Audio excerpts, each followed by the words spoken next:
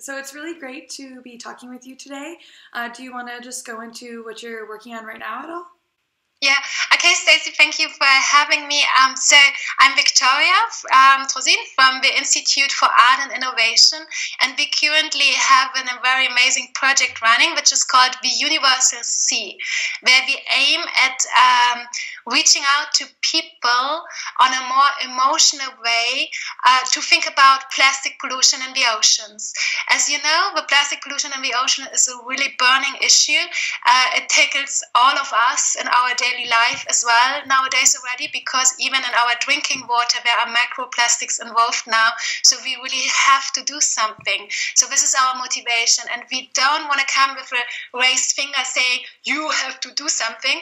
No, because actually out there are all the facts already, and still people don't really feel the urge in doing something. So this is where we start. We think we have to get the people involved in a more playful, in a more subtle way. And this is where we think art is very important, because art attaches people, gets them involved, gets them also involved on an emotional level, by then turning them into thinking about solutions. And where again comes in the game of entrepreneurship. We need entrepreneurship to provide really convincing solutions on the end that are successful on really a sustainable long run.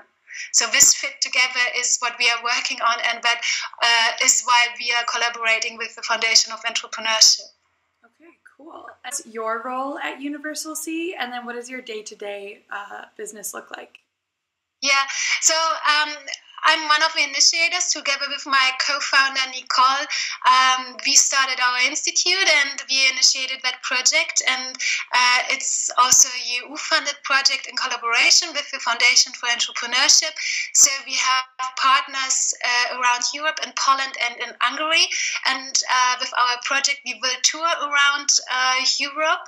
So my daily life is pretty diverse at the moment, from also artistic issues to be covered, checking what kind of submissions we had for our artist open call, from organizational stuff or bureaucratic stuff of really making sure finance is at the place where it should be, to coordinating our team and also our partners.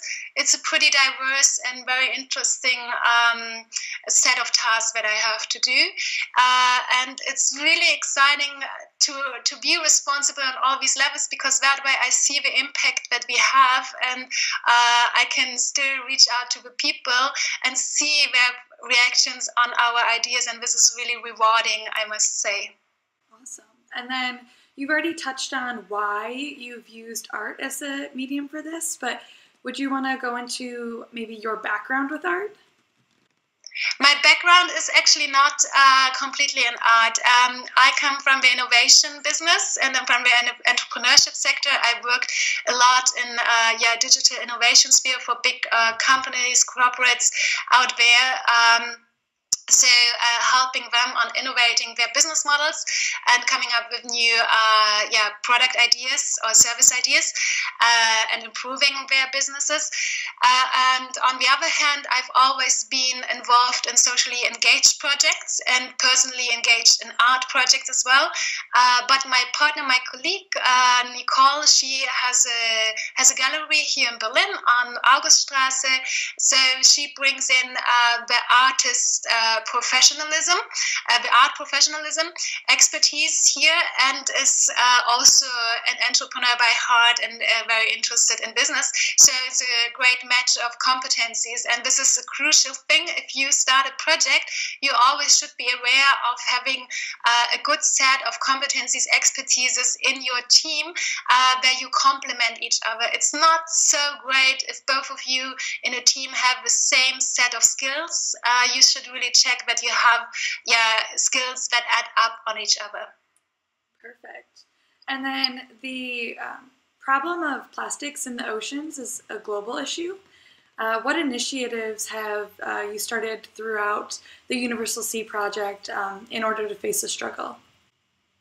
Yeah, why did we pick plastic in the ocean? This is a very good question, actually. I mean, it was clear with our institute that we aim at tackling societal burning issues. We've checked quite a few things, but plastic was so obvious, because if you look in your daily life, if I look in my trash, yeah, how much plastic I personally produce every single week. It's so annoying. It's really disgusting. It's an epidemic problem that we face nowadays, and I would even call it more burning, than air quality issues, for example, because it has an impact on all levels of our food chain, for all kind of animals there as well, and there's not enough awareness existing so far. So for other issues, I see more awareness happening, but the plastic issue is something on one hand that needs more awareness. On the second part, it's also an issue where every single person here has the means to make a fundamental change. So this is why it is really a brutal challenge to be targeted right now. Okay. And then how do you see entrepreneurship being the answer to these challenges? Yeah, entrepreneurship is very simple, the answer, because you succeed in making a change if you can really offer a solution that economically wise makes sense as well.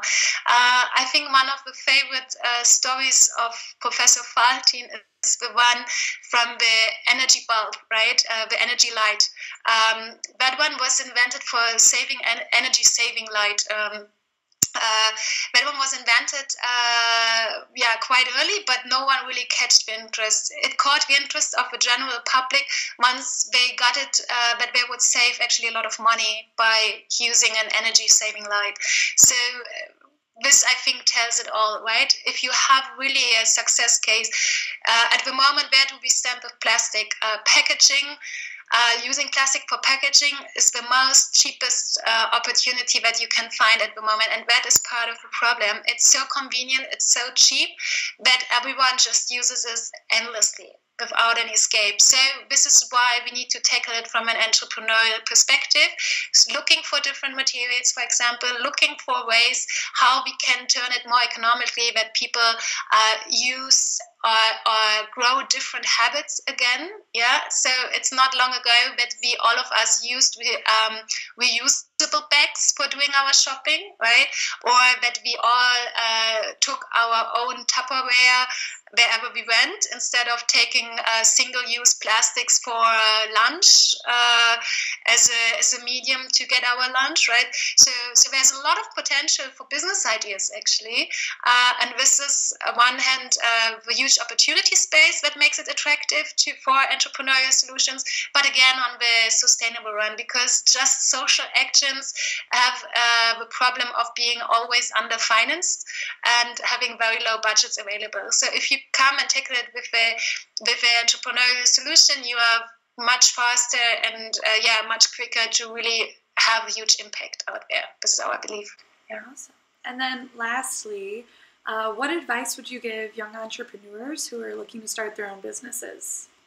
Yeah, so one advice I already gave is team, definitely, right? Just don't go for the person you like most. Really be aware that your skill sets really match the needs that your project requires.